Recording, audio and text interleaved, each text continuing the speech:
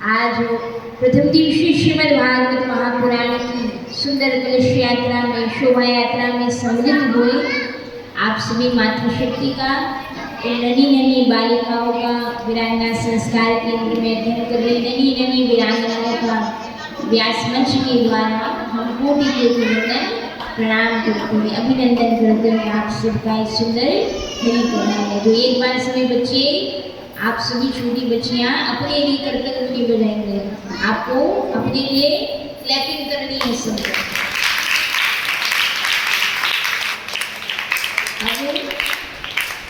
Clapping क्यों किया? क्योंकि कथा में लगभग बड़े कुछ सवाल हैं। हम कहते हैं ना बच्चे, कथा तो वृद्धावस्था में, बुजुर्ग होने के बाद जब बड़े हो जाते हैं तब सुनने का विषय है। पर आप सभी यहाँ बचपन में बचपन के समान विवेक लेकर के बहुत श्रद्धा से, प्रेम से सब बच्चे बैठे हुए हैं और प्रेम से हरि कथा में पहले दिन इतनी संख्या में इतने बड़े नहीं, उतने बच्चे दिखाई दे रहे हैं। तो एक बार 2000 बच्चों को उत्साह तो अभी सब बच्चों को बैठ करके हनुमान चालीसा करना है। यहाँ से हनुमान चालीसा का पाठ होगा। हरि कथा में, चाहे वो राम कथा हो, कृष्ण कथा हो, भागवत कथा हो, उस कथा में प्रथम हरि कथा के शुभारंभ से पूर्व वीर बजरंगबली सरकार का, हनुमान जी महाराज का आह्वान किया जाता है। तो सभी प्रेम से आकर हनुमान चालीसा का पाठ होगा। सब बच्चे दोनों हाथ जोड़कर बैठेंगे, कमर सीधी करके बैठेंगे और जो हनुमान जी को रिझाता है, हनुमान जी की हनुमान चालीसा का पाठ करता है, तो हनुमान जी उसे बल प्रदान करते हैं, शक्ति प्रदान करते हैं। तो इसलिए आप सबको भी अगर बल चाहिए तो उसमें बुद्धि चाहिए, तो बल बुद्धि के दाता वीर बजरंगबली सरकार की इस सुंदर उपासना, आराधना, हनुमान चालीसा का पाठ प्रेम से जिन्हें आता है वो उच्चारण करेंगे। जिन बच्चों को आता है उनको बोलना है हनुमान चालीसा, जिनको नहीं आता है तो सुनकर प्रेम से, भाव से हनुमान जी का ध्यान करना है। तो आइए सभी मातृशक्ति, सभी हरिश्रोता भक्तजन भी दोनों हाथ जोड़कर सीधी कर नेत्र बंद करके वीर बजरंगबली सरकार का आह्वान करते हैं। बोलिए सीताराम जी महाराज की, वीर बजरंगबली सरकार की।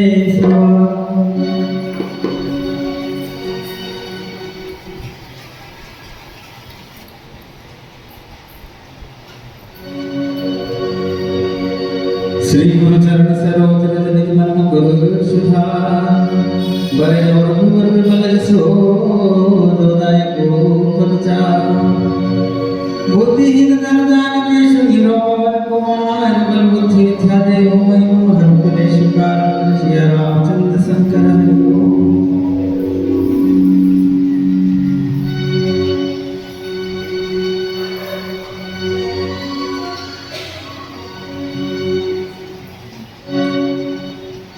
हो जय हनुमान ज्ञान गुण सागर जय कपीस तिहुँ लोक उजागर राम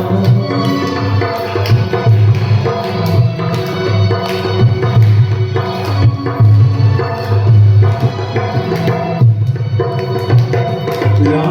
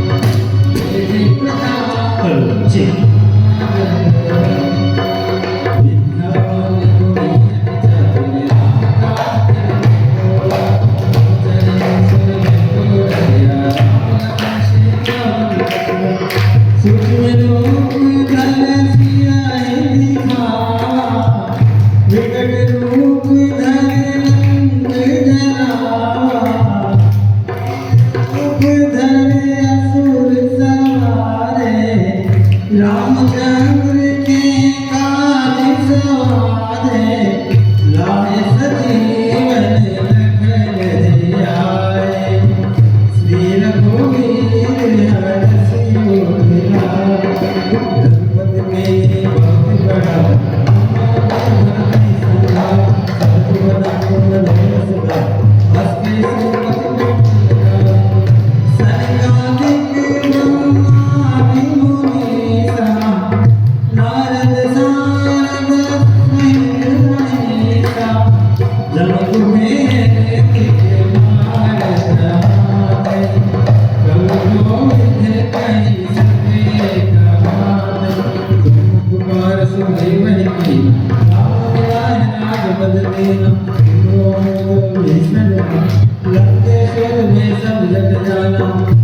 जुग जो सहस्र जो जन बन भानो लीलो ताहि मधुर बल जानो प्रभु मोदिका मेरी मुख भाई जल गिरान गए अक्षर जनान दुर्गम काज जगते राम द्वार सब सुख है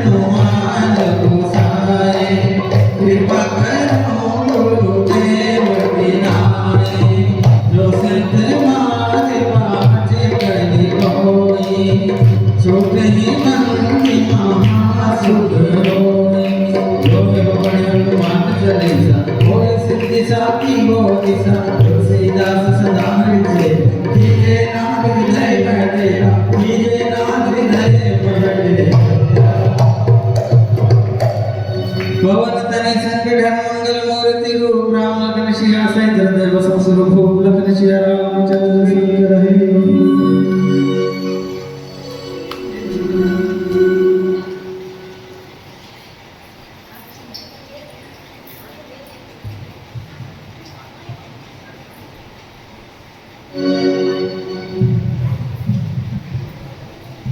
श्री राम श्री राम श्री राम श्री राम श्री राम।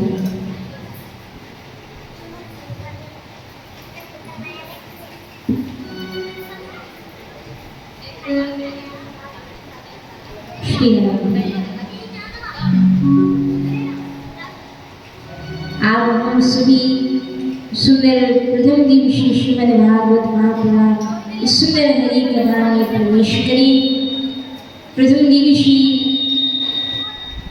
श्रीमद् भागवत हरि कथा का रसास्वादन ग्रहण करें। उससे पूर्व आइए हम सभी दोनों हाथ जोड़कर सीधी करने प्रबंध करके अपने अपने आराध्य देव विश्वदेव सदगुरुदेव की चरणारविंद की स्मृति करते हुए उनके चरणों में वंदन प्रणाम करते हैं। आइए सभी दोनों हाथ जोड़े प्रबंध करो पूर्ण श्रद्धा के साथ में।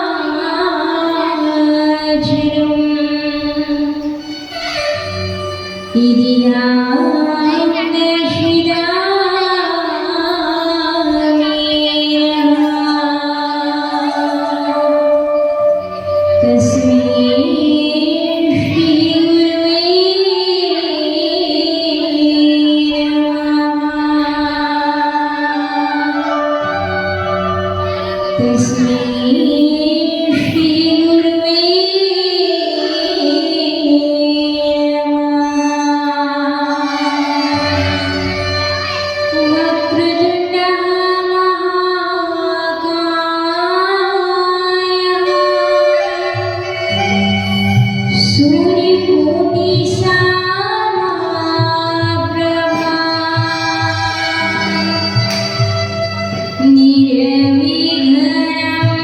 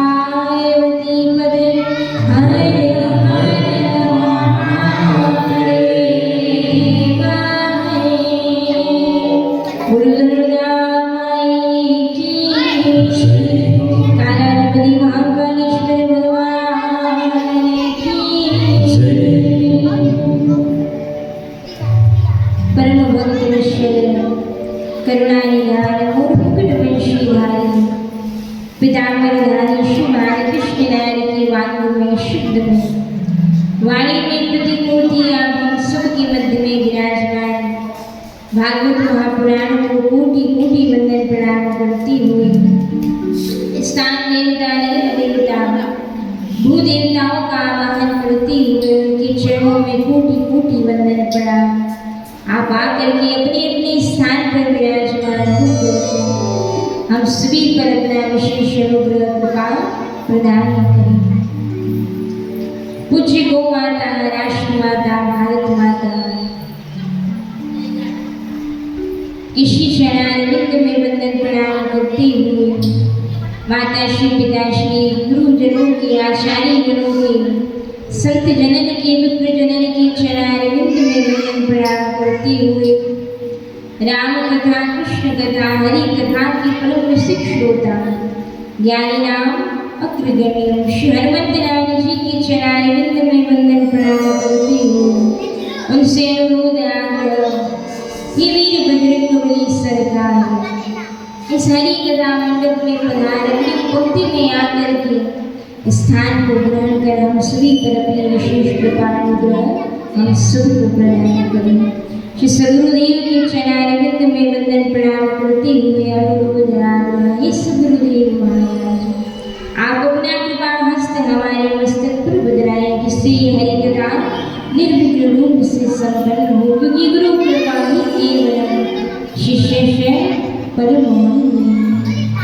दूर दूर से हरि कथा को श्रवण करने आए सभी हरि भक्त वैष्णव जनन के चरणारविंद में वंदन प्रणाम करते हुए गंधर्वों के समान शोभा प्राप्त कर रही संगीत की बंधुओं के चरणारविंद में वंदन प्रणाम करते हुए मंचासीन महाराज जी के चरणारविंद में प्रणाम करती हुई आइए आप हम सभी भागवत मैया के चरणारविंद में वंदन प्रणाम करते हुए सुंदर हरि नाम संकीर्तन का आश्रय ग्रहण करते हुए सुंदर हरि कथा में प्रवेश करते हैं। बोले श्री सीताराम जी महाराज की।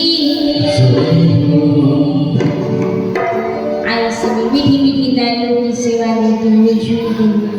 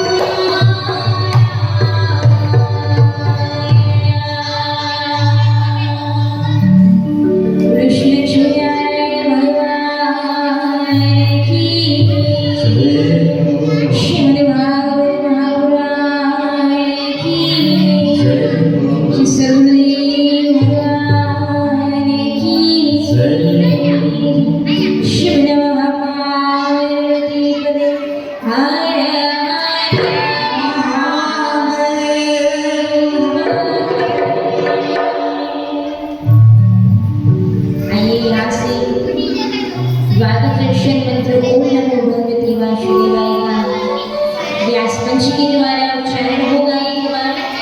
तदुपरांत आप सभी को बैठकर सुंदर उस मंत्र का उच्चारण करना है। और कहते हैं, देखिए यहाँ दर्शन कीजिएगा, हरि कथा में व्यास जी के द्वारा यही प्रयास कहा जाता है कि अधिकाधिक श्रोतागणों के मुखारविंद से भगवान श्री हरि का रामकृष्ण हरि नाम उच्चारित हो। क्यों? क्योंकि इसके पीछे पूर्ण रहस्य है। क्या रहस्य है? घर बैठ करके बहुत ध्यान से श्रवण कीजिएगा। कथा बड़ी मन लगा कर सुननी चाहिए, बड़ी ध्यान से सुननी चाहिए। क्यों? क्योंकि कथा में केवल कपोल कल्पित बातें नहीं कही गई हैं।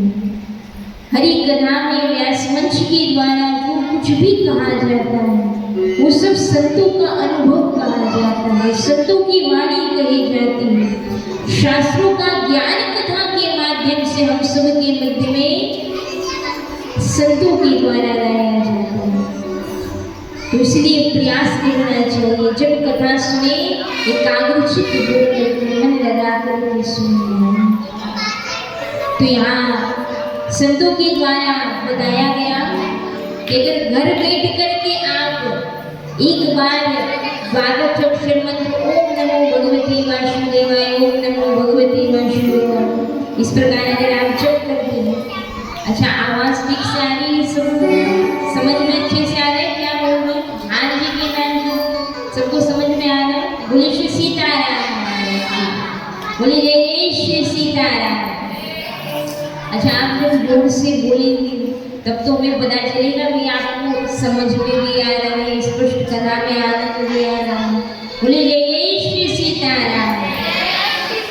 अभी धीमी सी आवाज में, मतलब अभी वैसी कथा जो है प्रातःकालीन सत्र में, मध्याह्न सत्र में रखी जाती है, लेकिन यहाँ पर महाराज जी के दिशा निर्देश अनुसार आप सबकी ही कार्य की व्यस्तता को देखते हुए यहाँ इस क्षेत्र में जो है इसी समय जो है विशेष रूप से माताओं को सबको समय होता है हरि कथा सुनने का, इसलिए आप सभी के लिए ये जो है रात्रि का समय जो है तय किया गया है कथा के लिए।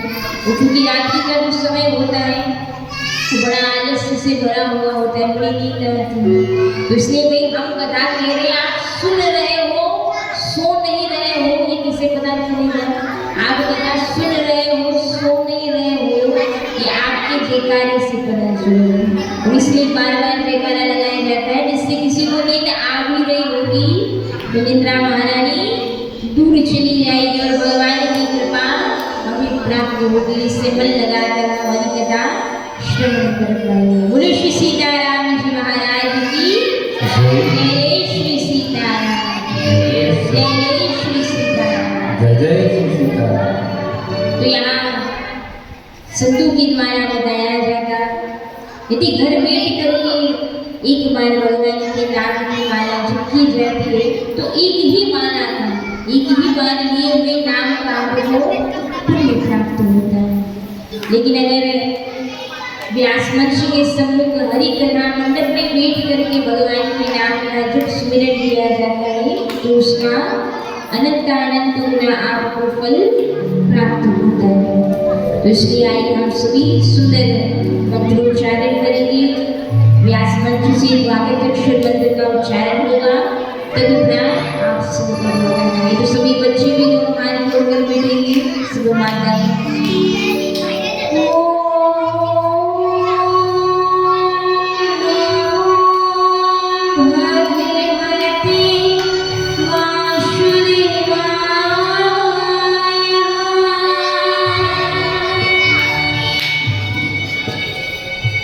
एक बार यहाँ मंच से बोलेंगे, दूसरी बार सही करके बंधुओं के द्वारा उच्चारित होने पर उनके साथ आप सबको ऊंचे स्वर में दोहराना। इतना तो दोहराइए, हमारी कानों में नहीं आवाज, तो सबको ऊंचे स्वर में दोहराना। ओम नमो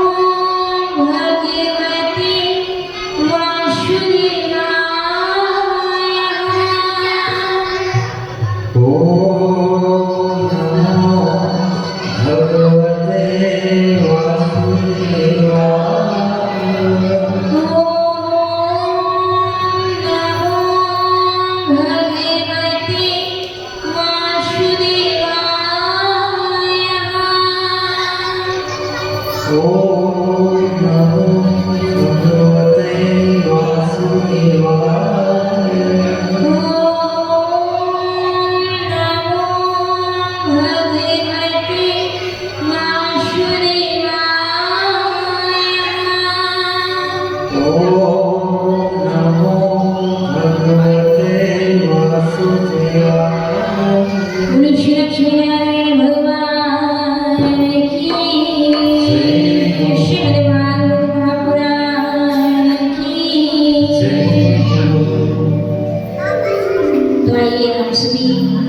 प्रथम दिवशी श्रीमद् भागवत कथा में विशेष रूप से कथा क्यों सुननी चाहिए, कथा सुनने से क्या लाभ प्राप्त होता है और भगवत कृपा भगवत कथा हमें किस प्रकार भगवान की भक्ति से जोड़ती है और कथा सुनने से भला एक भक्त को एक वैष्णव को क्या अमूल्य धरोहर संपदा प्राप्त होती है।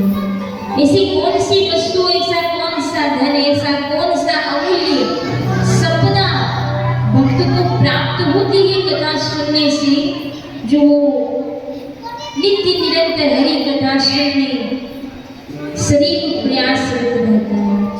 कथा वही है, वही कथा के प्रसंग है, वही ठाकुर जी का प्रागट्य होना है, ठाकुर जी का रुक्मिणी मंगल ब्याह होना है, जन्मोत्सव है, नंदोत्सव बनाया जाना है। कथा प्रसंगों से लगभग हम सब अवगत हैं, लगभग कथा प्रसंग हमें याद भी है, स्मरण में भी। फिर भी बार बार अगर कहीं से कोई सूचना प्राप्त होती है ना कि कहीं हरि कथा हो गई, साप्ताहिक श्रीमद् भागवत कथा का आयोजन हो रहा है, तो पता लगते ही सूचना प्राप्त होते ही एक सच्चा भक्त, एक सच्चा वैष्णव, एक सच्चा श्रोता दौड़ पड़ता है घर से, अपने सब काम काज को आरोप करके, अपने सब काम काज को निपटा करके हरि कथा सुनने को दौड़ पड़ता है। एक सच्चा पिपासु, एक सच्चा हरि भक्त। क्यों भला ऐसा क्या प्राप्त होता है कथा सुनने से, जो बार बार आप आकर के कथा सुनने कुछ नहीं आते?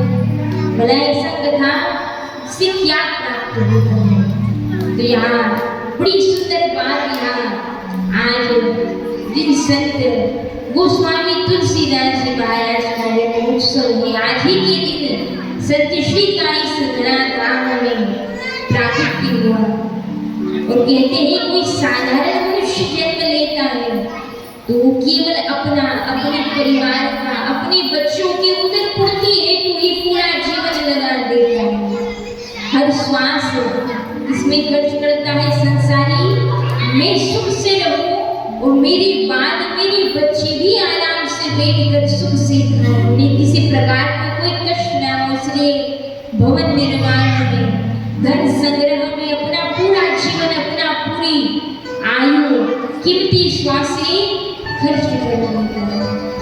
लेकिन जब जब इस धराधाम पर कोई संत का अवतरण होता है, किसी महापुरुष का आगमन होता है, तो संत का जीवन एक संसारी से बिल्कुल विपरीत होता है। संत कभी भी इस बात की चिंता नहीं करते, इस बात की उन्हें कभी चिंता नहीं होती है कि मेरे कल के भोजन की व्यवस्था किस प्रकार होगी।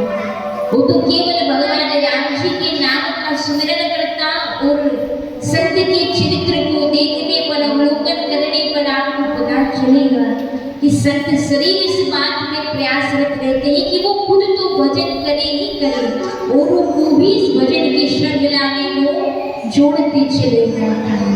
और वही काम हमारे तुलसी बाबा ने भी किया है। राम कथा के माध्यम से गांव गांव, ग्राम ग्राम में सबको भगवान श्री राम की भक्ति से सराहनीय किया, भगवान रघुनाथ की हरि भक्ति प्रदान की। तो इसी तुलसी बाबा बता रहे हैं कि कथा सुनने से क्या प्राप्त हो, तो बहुत ध्यान से सुनिएगा। तुलसी बाबा क्या कहते हैं, कथा सुनने से, संतों का सत्संग सुनने से क्या प्राप्त होता है? तो यहाँ तुलसी बाबा अपने सुंदर ग्रंथ मानस जी में वर्णन करते हैं कि वीरो साथ सांगा विवेक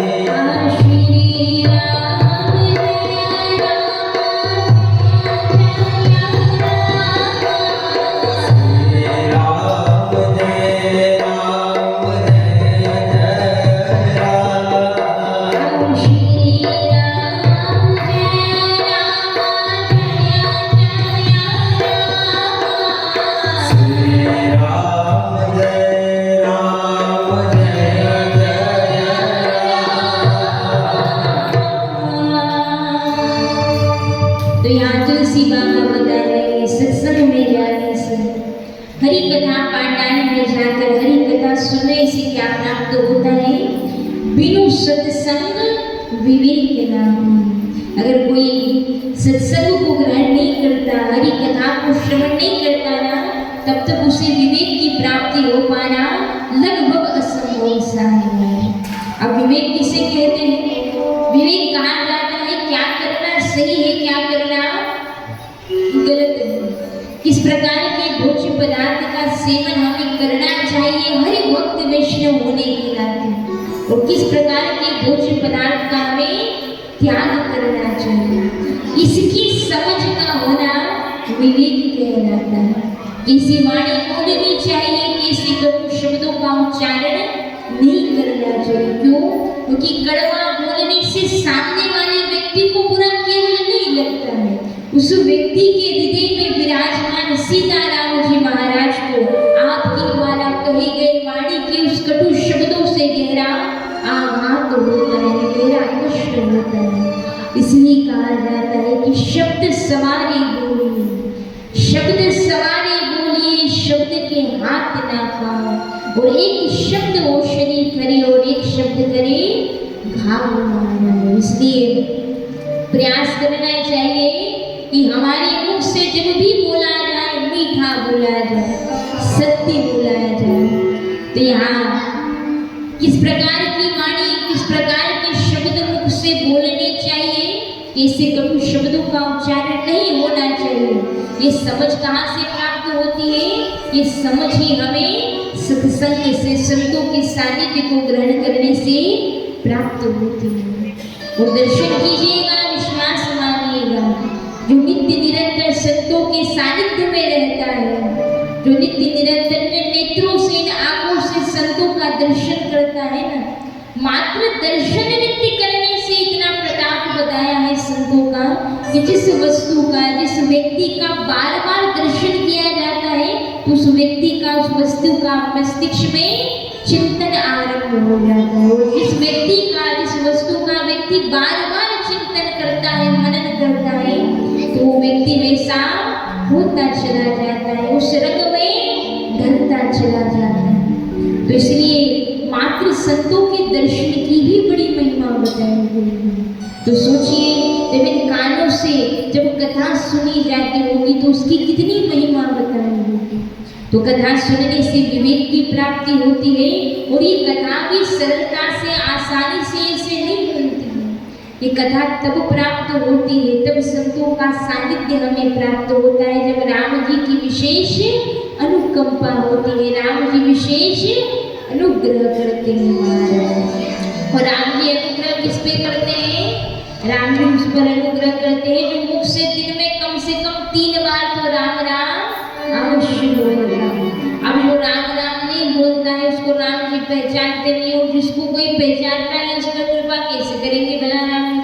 तो इसलिए हमें कम से कम प्रयास करना चाहिए, अधिक से अधिक जितना ले सके उतना उत्तम है, लेकिन कम से कम 3 बार 3 प्रहर में, प्रातःकालीन सत्र में जब उठते ही बराबर मुख से सीताराम, राधे श्याम, हरे कृष्ण गोविंद नाम का उच्चारण करना चाहिए। मध्याह्न के समय में जब भोजन की थाली सामने सम्मुख रखी हो, उस समय भगवान के नाम का जप और भगवान को धन्यवाद करना चाहिए। तीसरा बताया गया है सायंकालीन सत्र, जिस सत्र में यहाँ हरि कथा रखी गई है। सायंकालीन सत्र शाम को ठीक 6 बजे 7 बजे सूर्यास्त के समय भगवान के नाम जप का सुमिरन करना चाहिए। और जो व्यक्ति ऐसा करता है, राम जी उस पर विशेष अनुग्रह कृपा कर उसे बार बार हरि कथा सुनने का सौभाग्य प्रदान करते हैं। तो आप सब भी चाहते हैं बार बार आपको ये सौभाग्य प्राप्त हो। वैसे तो अभी 7 दिनों के लिए आपको ये सौभाग्य प्राप्त हुआ है, तो इसलिए प्रयास करें हरि कथा में नित्य समय से आए, ना केवल स्वयं आए, आसपास जितने भी आपके परिचित गण हैं उन सभी को भी आप लेकर के आए।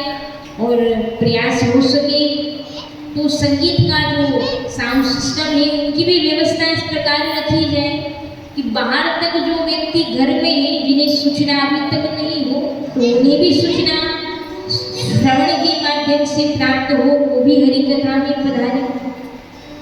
और ध्वनि के द्वारा यह भी प्रयास रहता है, कथा में जो भी व्यवस्था की जाती है बड़े सोच समझकर सुनियोजित योजना के द्वारा योजनाबद्ध रूप से तरीके से की जाती है। क्यों? क्योंकि केवल अगर इसी हॉल में, इस सत्संग हॉल में ही कथा की ध्वनि सुनाई देगी तो जितने श्रोता कथा मंडप में उपस्थित है उन्हें लाभ होगा। लेकिन कुछ प्रबंधन, कुछ व्यवस्था इस प्रकार से होती है जिससे बाहर अगर किसी कारणवश कोई वयोवृद्ध माता कथा सुनने नहीं आ सकती है तो कथा की आवाज घर बैठे बैठे भी अगर उनके कानों में पड़ती है तो उन्हें भी इस कथा से लाभ प्राप्त है।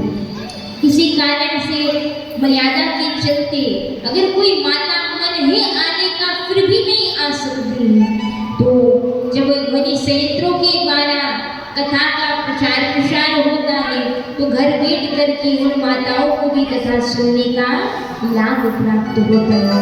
और ये विश्वास कीजिएगा, जब ध्वनि संयंत्रों के द्वारा बाहर तक आवाज गई हो और आवाज सुनने के बाद कान में भगवान की कथा पढ़ने के बाद कोई ना आए, ऐसा तो हो ही नहीं सकता है।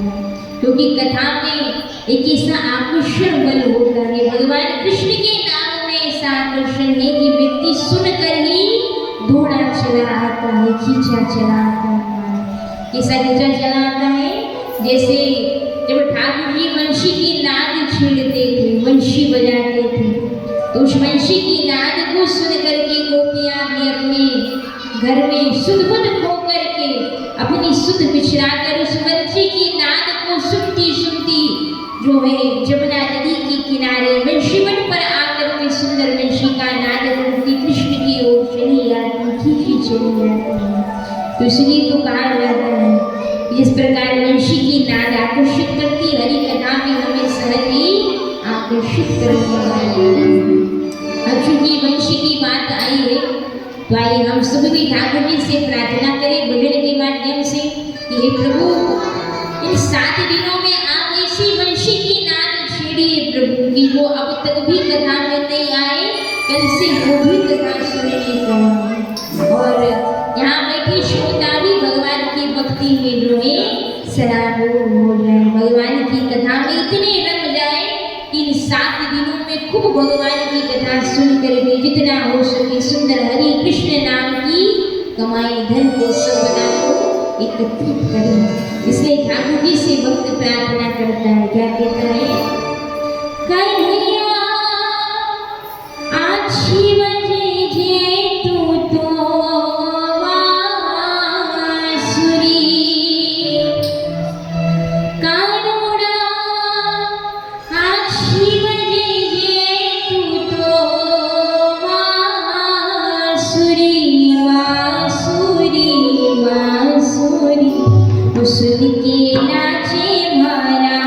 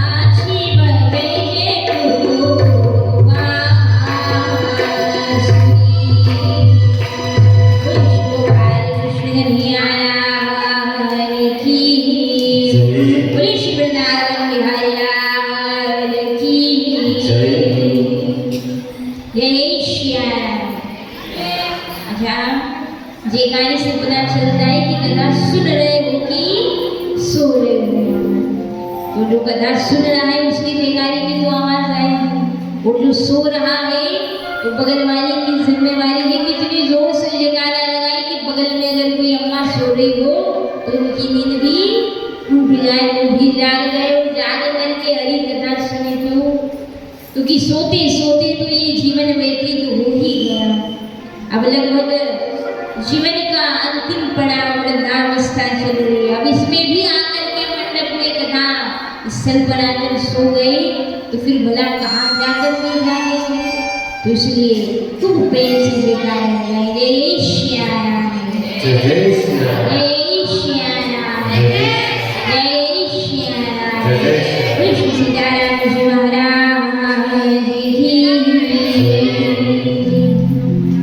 तो यहाँ भगवान कृष्ण की कथा, भगवान कृष्ण की बांसुरी और भगवान कृष्ण का नाम स्वतः ही औरों को अपनी ओर, भक्तों को अपनी ओर, वैष्णवों को अपनी ओर आकर्षित करने वाला है।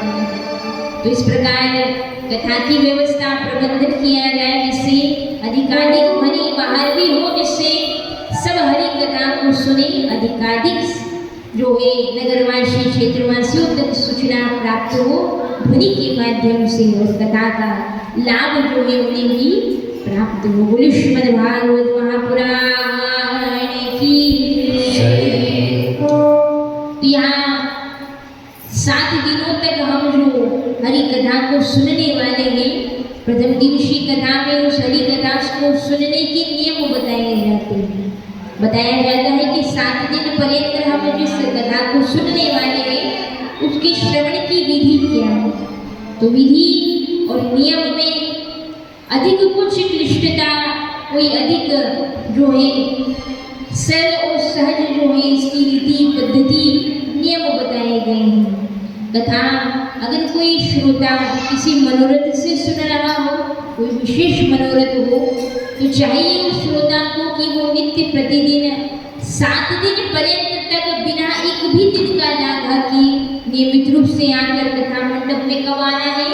व्यास जी के आने से पूर्व आपको आना है और आकर के सुंदर हनुमान चालीसा का पाठ करना है। प्रारंभ में होने वाली भागवत क्रिया की आरती में सम्मिलित हो, और जब कथा विश्राम हो, कथा विश्राम के उपरांत आरती करने के बाद हरि भगवत कथा के प्रसाद को लेकर के आपको अपने घर की ओर, गंतव्य की ओर गमन करना है। तो प्रथम नियम बताया गया है कि प्रेम से कथा जो है आकर के समय पर आना है, उस समय पर आरती करने के उपरांत ही अपने घर को जाना है। द्वितीय नियम बताया गया है, प्रयास हो सके तो अपने अपने आसन को आप घर से लेकर के आए। क्यों? क्योंकि जब व्यक्ति एक आसन पर बैठ करके आसनबद्ध होकर के सुंदर कथा को श्रवण करता है तो उसे विशेष उससे लाभ प्राप्त होता है। तो एक आसन पर बैठ करके कथा श्रवण का विशेष लाभ बताया गया है। तो हो सके तो माताएं अपने घर से आसन लेकर के आए और उसी आसन पर, एक ही आसन पर बैठ करके 7 दिन पर्यंत हरि कथा को श्रवण पारायण करें। इससे सुंदर भागवत कथा को जो है श्रवण करने आज हमारे मध्य प्रथम दिवसीय श्रीमद् भागवत कथा को श्रवण करने कुछ विशिष्ट गणमान्य अतिथिगण भी पधारे हैं। महाराज जी के द्वारा पधारे हुए अतिथियों का व्यास मंच के द्वारा सुंदर भगवान कृष्ण की ही वाणी शब्द रूप श्रीमद् भगवत गीता जो कुरुक्षेत्र के युद्ध में भगवान कृष्ण ने मुस्कुराकर वैश्य का नाद करते हुए अर्जुन को प्रदान की है। अर्जुन के माध्यम से प्राणी मात्र को गीता के वचन प्रदान किए। ऐसी सुंदर भगवत गीता जो है यहाँ पर महाराज जी के द्वारा पधारे हुए गणमान्य अतिथि को प्रदान की जाए।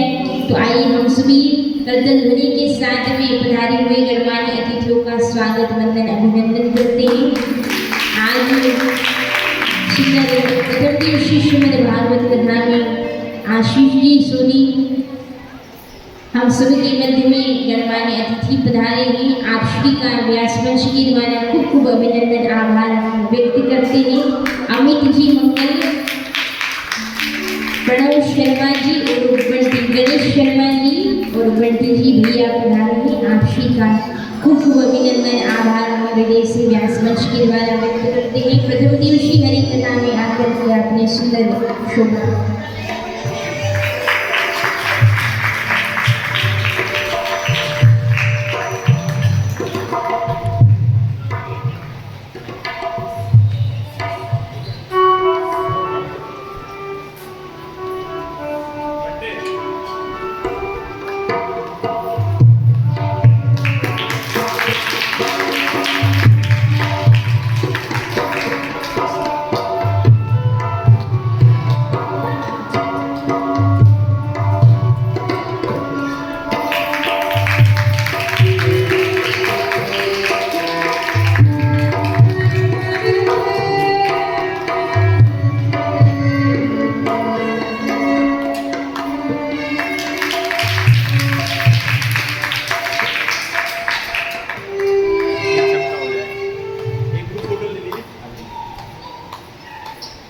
पुनः पधारे हुए गणमान्य अतिथियों का व्यास मंच के द्वारा हम कोटि कोटि वंदन आभार व्यक्त करते हैं। आप श्री सुंदर हरि कथा के प्रथम दिवस में पधार कर सुंदर हरि कथा में आकर के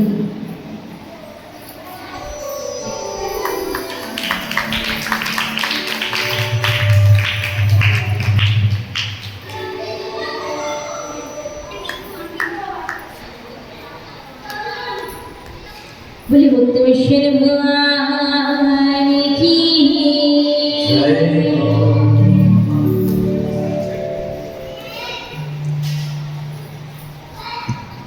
एक बार जोर से बोलेंगे जय जय सिया राम,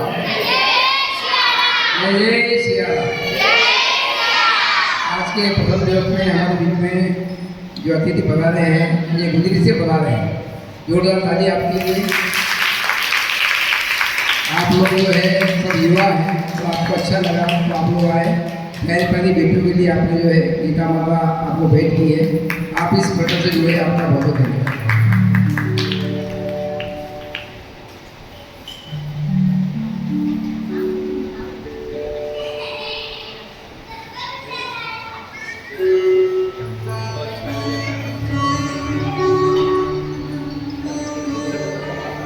बोले श्री सीताराम जी महाराज की।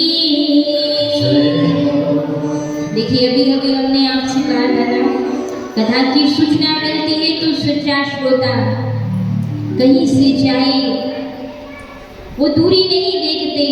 कथा के श्रोता जो भगवान की प्रिय भक्त होते हैं ये नहीं देखते कि कथा का निमंत्रण कहाँ से आया है, कितनी दूरी तय करके कथा सुनने जाना होगा। तो हमारे मध्य भी जो अतिथि आज पधारे थे वे गुजरी से यहाँ हरि कथा सुनने को आए।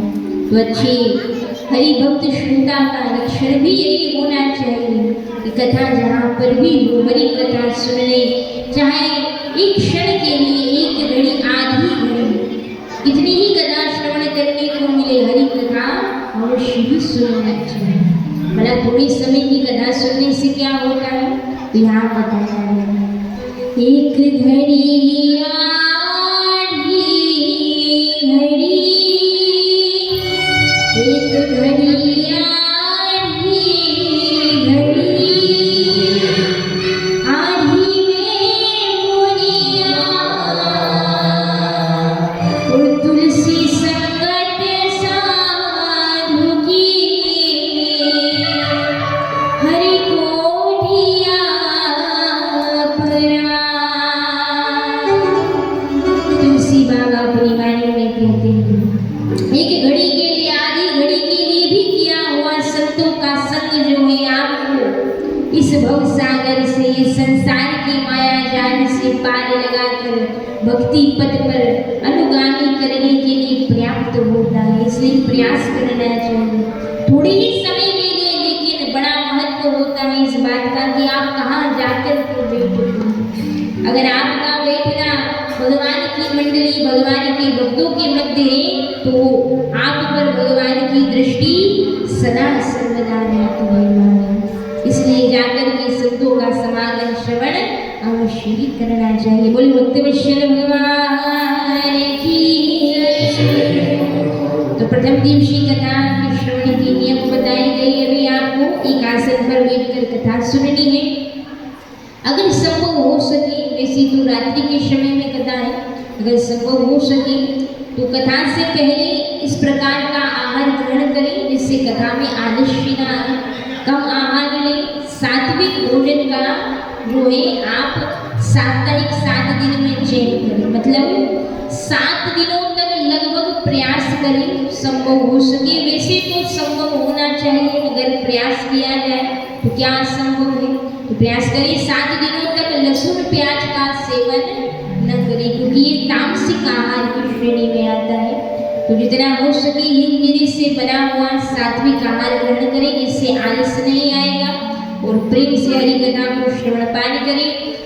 7 दिन पर्यंत जब तक कथा सुन रहे हैं, मुख से गलती से भी किसी की निंदा वैसे तो करनी नहीं चाहिए, तो प्रयास करें 7 दिन जब तक कथा सुन रहे हैं तब तक पर निंदा के दोष से बचना चाहिए, किसी की बुराई निंदा मुख से नहीं करना है, सत्य वचन को बोलना है, मीठे वचन को बोलना है, और हरि कथा स्वयं सुनने को आए, औरों को भी कथा में लाने का प्रयास और प्रयत्न करना है। तो ऐसे सुंदर हरि कथा के नियम बताए गए हैं। तो इस प्रकार 7 दिनों तक कथा यहाँ होगी। प्रत्येक दिन आपको भगवत भक्ति से जुड़ने के सरल सहज उपाय साधन जो यहाँ से बताएंगे जाएंगे। तो आइए आज हम सभी सुंदर श्रीमद् भागवत कथा के प्रथम दिवस में महात्मा के श्रवण में महात्मा की प्रथम श्लोक का श्रवण पाठ करें, तदुपरांत सुंदर हरि कथा में प्रवेश करते हैं। बोलो श्रीमद् भागवत महापुराण की। भागवत कथा के श्लोकों का उच्चारण करने से जितना पुण्य मिलता है, उतना ही पुण्य कथा के श्लोकों का श्रवण पाठ का भी बताया गया है। तो दोनों हाथ जोड़ नेत्र बंद करके प्रेम से महात्मा के दिवस के महात्मा के प्रथम श्लोक का हम सभी श्रवण पाठ करें। सचिदानंद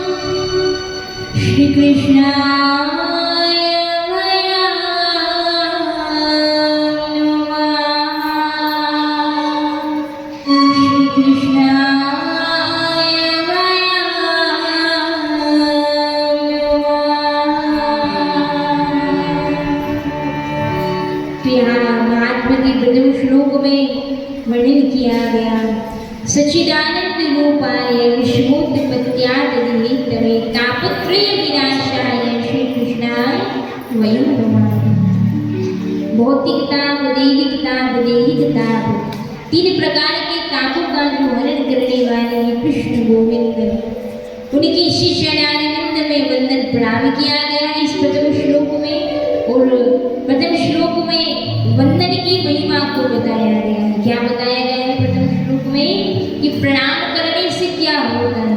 तो वंदन की इस महिमा में बताया गया है कि एक प्रणाम आपके द्वारा दोनों हाथ जोड़ करके मस्तक झुका कर किया हुआ प्रणाम साधारण सी दिखने वाली ये प्रतिक्रिया बड़ा गहरा असर करती है। आपके द्वारा किया गया, वर्तमान में किया गया एक प्रणाम, चाहे वो अपने बड़ों को हो, भगवान को हो, संतों को हो, एक प्रणाम भविष्य में आने वाले ही कितने ही परिणामों को बदल कर रख देने का सामर्थ्य रखता है। एक प्रणाम करने से भविष्य में होने वाली अप्रिय घटना, भविष्य में घटित होने वाली कोई दुर्घटना, जो भविष्य में होने वाली हो वो घटना भी टल जाती है अगर आप हाथ जोड़ मस्तक झुका कर किसी संत को, भगवान की हरि कथा में बड़ों को प्रणाम करते। इसलिए बच्चों को चाहिए कि सवेरे उठ करके और विद्यालय जाने से पहले क्या करना चाहिए? दोनों हाथ जोड़ करके अपने जो बड़े हैं ना घर में, माता जी हैं, पिताजी हैं, जो भी बड़े हैं, दादा दादी, उन सबको हाथ जोड़ करके प्रणाम करना चाहिए, जिससे भविष्य में आने वाली अप्रिय घटना, दुर्घटना टल जाती है हमारी। तो प्रथम छठी श्रीमद् भागवत कथा में भी यहाँ व्यास जी के द्वारा सर्वप्रथम भगवान कृष्ण की इस सुंदर हरि कथा के आरंभ के पहले गोविंद कृष्ण के चरणों में परमपिता परमेश्वर के चरणों में प्रणाम किया गया। तदुपरांत वर्णन किया गया भगवान की स्वरूप का, कैसा स्वरूप है, सच्चिदानंद रूपानंद। भगवान सत्य स्वरूप है, चैतन्य स्वरूप है और आनंद स्वरूप है। और आनंद उसे कहते हैं जो दिन प्रतिदिन बढ़ता चला जाए, वो आनंद की श्रेणी में आता है। तो इस प्रकार तापत्रय विनाशाय, तीनों प्रकार के तापों का हरण करने वाली, इस संसार की उत्पत्ति, संहार और सृजन करने वाले भगवान कृष्ण की वंदना की गई। उनके कार्यों का यहाँ वर्णन किया गया महाराज। तो आज के प्रथम दिवसीय कथा में सुंदर भागवत महात्मा के इस प्रथम श्लोक का श्रवण पान कर आज की कथा को जो है हम यहाँ सुंदर भगवान के नाम संकीर्तन और भजन के द्वारा विश्राम देंगे। कल से समय पर हरि कथा आरंभ होगी, क्योंकि वैसे तो कथा का समय जो है रात्रि 10 बजे तक का है, तो 10 बजे तक हरि कथा का यहाँ वाचन होगा। क्योंकि आज ही हम जो है बाबा महाकाल की नगरी अवंतिका उज्जैनी से आए हैं, तो वो सफर तय करके आए हैं, उसकी थकान फिर आने के बाद यहाँ भगवान के भक्त हरि भक्त वैष्णव जी के द्वारा जो है सुंदर नाम और परिचय को अभी तक हमें प्राप्त नहीं हुआ, और आप श्री के द्वारा ठाकुर जी के रहने की, हमारे निवास की सुंदर व्यवस्था की गई। तो जब ठाकुर जी सब में आते हैं तो उनकी व्यवस्था भी जो है साथ चलते हैं। तो ठाकुर जी के रहने की सुंदर वहाँ व्यवस्था करने में तो ये पूरे आज के जो दिनचर्या का प्रक्रम था बड़ा व्यस्त था। इस कारण जो है आज हमें भी थोड़ा विश्राम का, अध्ययन का समय न मिल पाया। तो इसलिए कल जो है कथा समय पर यहाँ आरंभ होगी। तो यहाँ समय तय किया गया है, तो महाराज जी के द्वारा आपको कथा विश्राम में बताया जाएगा। उस समय पर आप कथा में पधारें। तो कल से सुंदर हरि कथा को, महात्मा की कथा को हम द्वितीय दिवसीय श्रीमद् भागवत कथा में श्रवण पान करेंगे। भोगन उपाख्यान की कथा का श्रवण पान हम कल की कथा द्वितीय श्रीमद् भागवत कथा में श्रवण पान करेंगे। बोलिए श्रीमद् भागवत महापुराण की। आइए सुंदर हनुमान जी महाराज के भजन के द्वारा जो कथा को लेकर के आए हैं मेरी बजरंग बली सरकार, और कथा के परम रसिक श्रोता भी है हनुमान जी महाराज।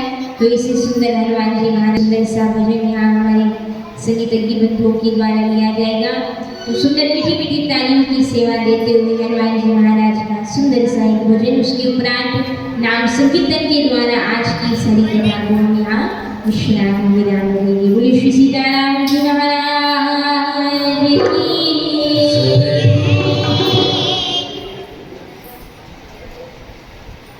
तो यहाँ कहा जाता है अन्य किसी देवता को प्रसन्न करना हो तो मेवा मिष्टान चढ़ाना पड़ता है, श्रीफल चढ़ाना पड़ता, माला चढ़ानी पड़ती, पुष्प चढ़ाना पड़ता, धूप दीप नैवेद्य चढ़ाना पड़ता है। लेकिन 33 कोटि देवी देवताओं में हमारे हनुमान जी महाराज बालाजी सरकार इतने सरल है, इतने सीधे हैं, इतने सहज है, इनकी भक्ति को उन्हें प्रसन्न करना। ये कैसे प्रसन्न होता है हनुमान जी कि सिंदूर चढ़ाने से हरि काम होता है।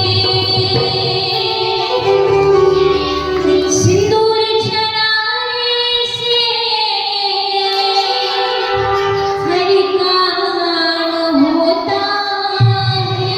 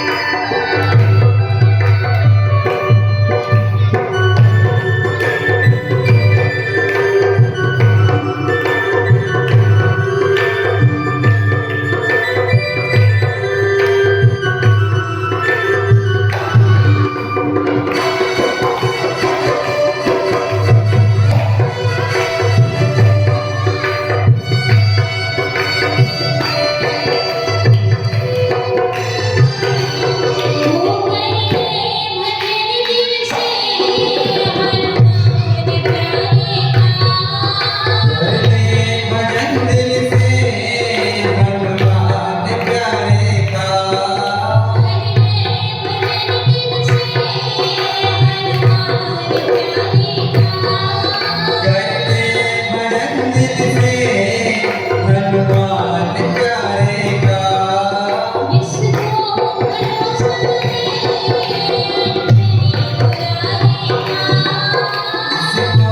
भरोसा है अंजनी दुलारे का। जिसको भरोसा है अंजनी दुलारे का जिसको भरोसा है अंजनी दुलारे का वो महान विनायक का गुणगान होता है महान विनायक का गुणगान होता है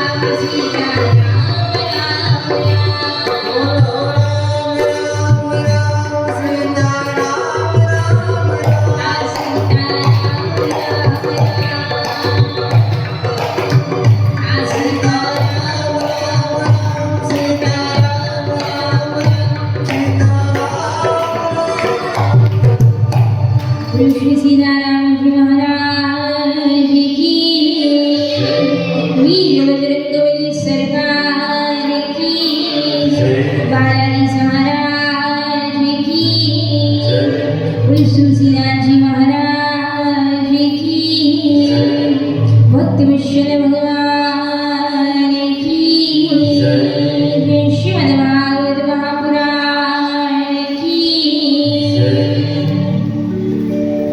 तो यहाँ वर्णन आता है हनुमान जी महाराज को अगर प्रसन्न करना हो तो हनुमान जी को प्रसन्न किया है हमारे तुलसी बाबा ने। वृद्धावस्था में वैसे तो उनका पूरा समय पूरा यौवन अवस्था भगवान राम जी की सुंदर गाथाओं को राम जी की लीलाओं को फिर चाहे रामचरित्र मानस हो राम कथा हो मानस हो सुंदर राम जी की सुंदर सुंदर लीलाओं को बाल चित्र को शब्द के द्वारा शब्द में प्रयोग करके सुंदर ग्रंथों की रचना की है तुलसी बाबा ने। और यहाँ जब तुलसी बाबा के शरीर में जब बल नहीं रहा, जब तुलसी बाबा अपने उम्र के अंतिम पड़ाव पर हैं, तब उस समय भी हनुमान जी महाराज आकर के उन्हें बल प्रदान करते हैं। तो सोचिए जिन्हें बल देने के लिए साक्षात वीर बजरंगबली सरकार आकर के दर्शन देते हैं, तो तुलसी बाबा की भक्ति राम भक्ति कितनी अनुपम होगी, कितनी गरिमा में, कितनी रहस्यमय रही होगी। तो इसे तुलसी बाबा की से आज प्राकट्य दिवस पर हम सभी को भी सुंदर हरि कथा सुनने का अवसर मिला। साथ ही साथ श्रावण के महीने में कथा सुनने का अपना एक महत्व होता है। तो इसी श्रावण के महीने में हमने कथा को श्रवण पान किया, प्रथम भागवत कथा को श्रवण किया। तो इस भाव से प्रेम से सबको साप्ताहिक कथा को श्रावण के महीने में श्रवण पान करना है और अधिकाधिक लाभ को प्राप्त करना है। अगर संभव हो सके फिर 7 दिनों में जो जिनके गुरु हैं, जिन्होंने गुरु बनाए हैं, तो गुरु के द्वारा प्रदत्त गुरु मंत्र का नाम जाप करें, माला अवश्य करें और संभव हो सके तो एक जप माला करमाला और छोटी आकार की जो माला होती है उसे सुमरनी कहते हैं। सुमरनी का जप करने से क्या होता है, वृत्ति अगर यहाँ वहाँ भटक रही होती है संसार में, तो इस सुमरनी से जब राम राम नाम का स्मरण किया जाता है तो भटक रही वो वृत्ति, चित्त वृत्ति, वो इंद्रियां भी आकर के हरि कथा में एकाग्रचित हो जाती हैं। तो जितना हो सके सुमरनी से आपको भगवान राम जी के नाम का सुमरण करते हुए हरि कथा को श्रवण पालन करना है। भाई हम सभी यहाँ महाराज जी के द्वारा कुछ दिशा निर्देश हमें प्राप्त होंगे। महाराज जी की वाणी को सभी प्रेम से मौन होकर के मर्यादित रूप से श्रवण पान करें। उसके उपरांत सुंदर भागवत में यहाँ का हम यहाँ जो है प्रथम दिवसीय कथा को विश्राम देंगे। सब लोग सीधे बैठेंगे, एक बार सीधी कमर करके बैठेंगे और उसको बोलते हैं ज्ञान मुद्रा। हम सब ये ज्ञान लेने आए हैं। आंखें बंद करेंगे, परमात्मा का ध्यान करेंगे, 3 बार उसको उच्चारण करेंगे। बच्चे सीधे बैठेंगे, आंखें बंद करेंगे और ध्यान रखेंगे। ध्यान लगाएंगे दोनों आंखों के बीच में, तिलक लगाते हैं ना, उसको बोलते हैं आज्ञा चक्र। यहाँ ध्यान लगे, आंखें बंद करिए, 3 बार उनको उच्चारण करना है।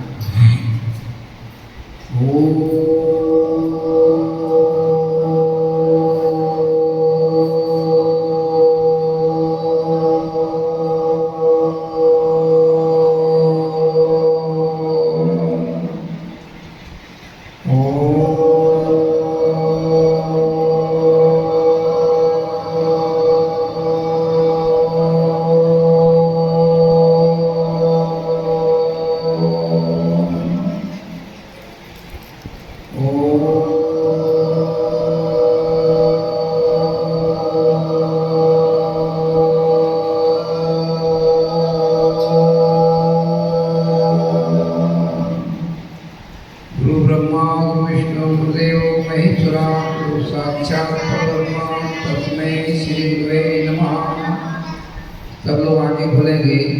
देखिए अभी गुरु पूर्णिमा था, सबने अपने में गुरु जी का ध्यान किया, गुरु जी का पूजन किया। अभी हम सबको क्या है, 7 दिन के लिए गुरु जी मिले हैं। कौन गुरु जी हमारा है? दीदी श्री जी। दीदी श्री जी इस प्रकार की कथा करता है, किसी भी यजमानी कथा नहीं करते हैं। कथा किसे करते हैं? सिर्फ बेटियों के लिए। इनकी कथा जो है विगत 3 वर्षों से करते हैं, किसी यजमान कथा नहीं करते हैं। इस कथा को यजमान दिखा आपको? अच्छा बताइए आप सब लोग, आप सब ने कथा का पूछा था, कथा करेंगे? इससे पूछा था क्या? नहीं पूछा था। ये क्या है? हमारा प्रेम है बच्चों से। इससे प्रेम है हमारी छोटी छोटी बेटियों से। ये सारी बेटियाँ जो है यहाँ रोज पढ़ने आती हैं, 2 घंटा पढ़ाई करती है वीरांगना कन्या संस्कार केंद्र में। सारी बेटियों की इच्छा थी कि सावन के महीने में गुरु जी आप आइए और हमें हवन कराइए। क्या कराइए? हवन करवाना है, और हवन करवा करके और कथा भी करना है। हमने 2 साल पहले मायरा किया था ना मायरा, वो हमने 3 दिन का किया था। इस बार बेटियों की इच्छा हुई, बोले गुरु जी 7 दिन कथा सुनाओ। और गुरु जी के पास जेब तो है नहीं, हम तो पैसे रखते भी नहीं और ना कोई पैसे इसलिए मांगते हैं। करने वाला कौन है? ठाकुर जी करते हैं, बुरा करते हैं। इसलिए हमने निवेदन किया कथा व्यास जी से। कथा व्यास जी ने कहा, बोले महाराज जी आपका काम जो है बड़ा निराला काम होता है, ना तो पहले बताते हो ना कार्ड छपाते हो, जाते हो 3 दिन कथा करते थे। कथा के पहले 1 महीने पहले कार्ड छपते हैं, 1 महीने पहले बताते हो, फिर उनके यजमान बनाते हैं, तब कथा शुरू होती है। हम जो अचानक आए वो आकर के हमारे पीछे बैठे अग्रवाल जी, दूरदार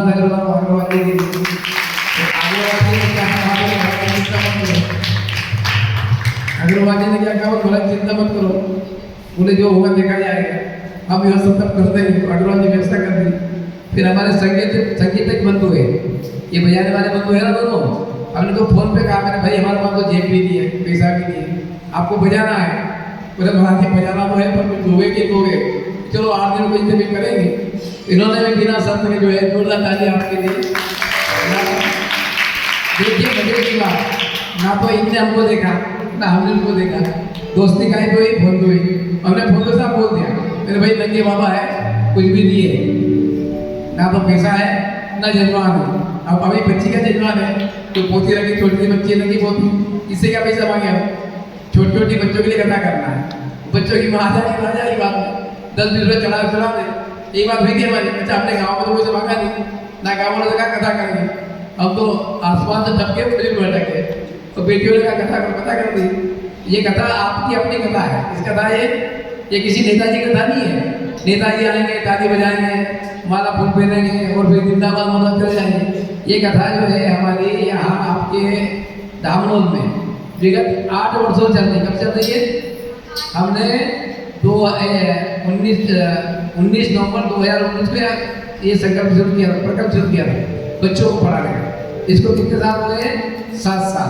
ये 8वां वर्ष है। 8 साल से पढ़ा रहे हैं। पढ़ाने के बाद में इससे कुछ लेते नहीं है, कोई दे जाए भूल से तो भले ही, बाकी पेन पट्टी जो हमसे बनता है, हमसे बनता मतलब परमात्मा जो देता है बच्चों को बांट जाते हैं। और फिर हम 6 महीने में साल में एक बार आते हैं। बहुत दिन में आए हम, बच्चों ने कहा बोले गुरु जी अब तो 7 दिन आपको रखते हैं, करोगे क्या?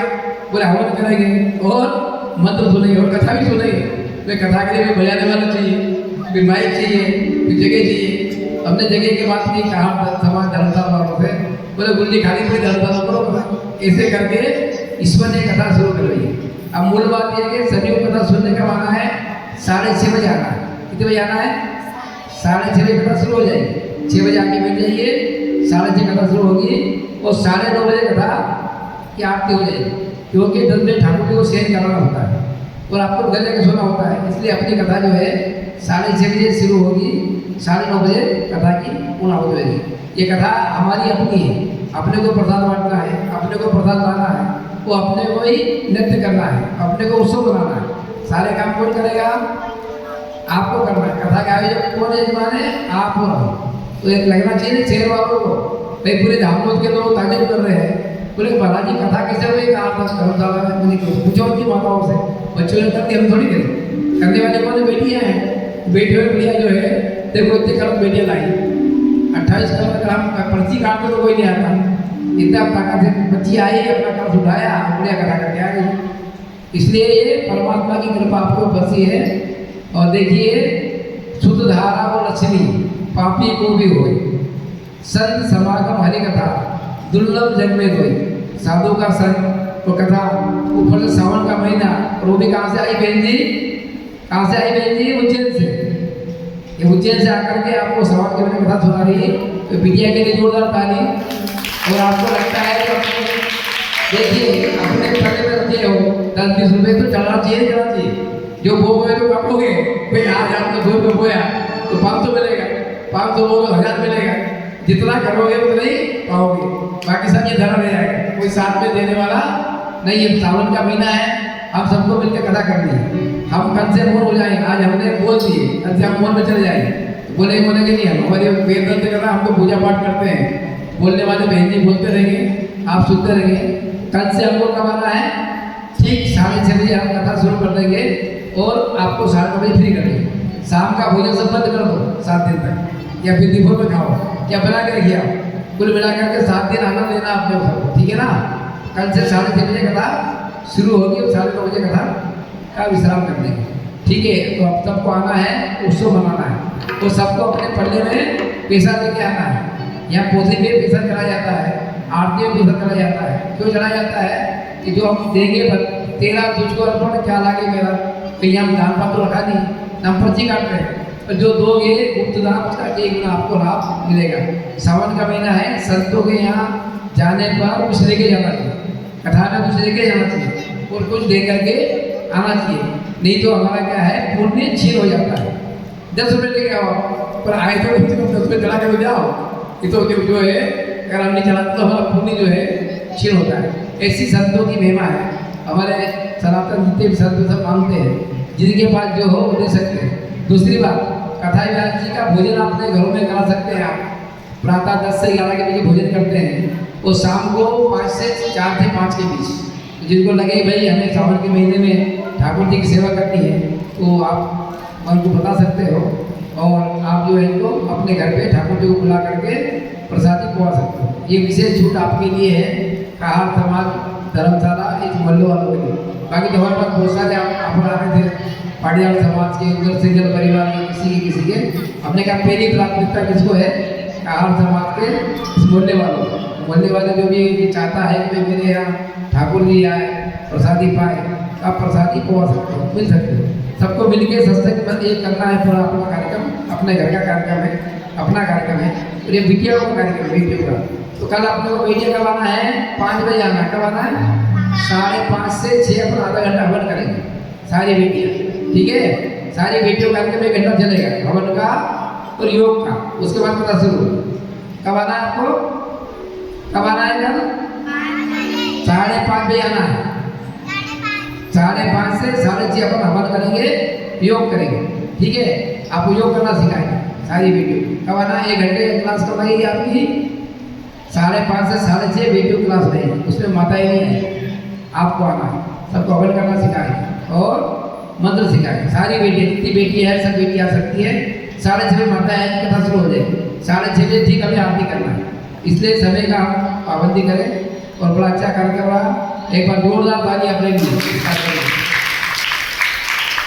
ठीक है, ओम शांति शांति। अब आरती का आज के हमारे यजमान जो है वो अग्रवाल साहब है। आप जानते हैं पीछे बेटे अग्रवाल जी को? ये है राजीव जी बोले वाले। क्या नाम है इनका? क्या राजीव नाम? राजीव जी है ना? राजीव नाम क्या है? राजीव जी बोले वाले, राजेश जी बोले वाले। जोरदार ताली आपके लिए। ये आप ही लेकर आए जो होगा देखेंगे और रात को आएंगे। दिन भर जाएंगे फैक्ट्री में, तो रात को ठाकुर जी के नाम रात को आकर के पीछे बैठ कर सुनेंगे। वैसे हमारे राजेश जी के लिए जोरदार तालियां। और आज के आरती के लिए राजेश जी आएंगे ठाकुर जी के आरती।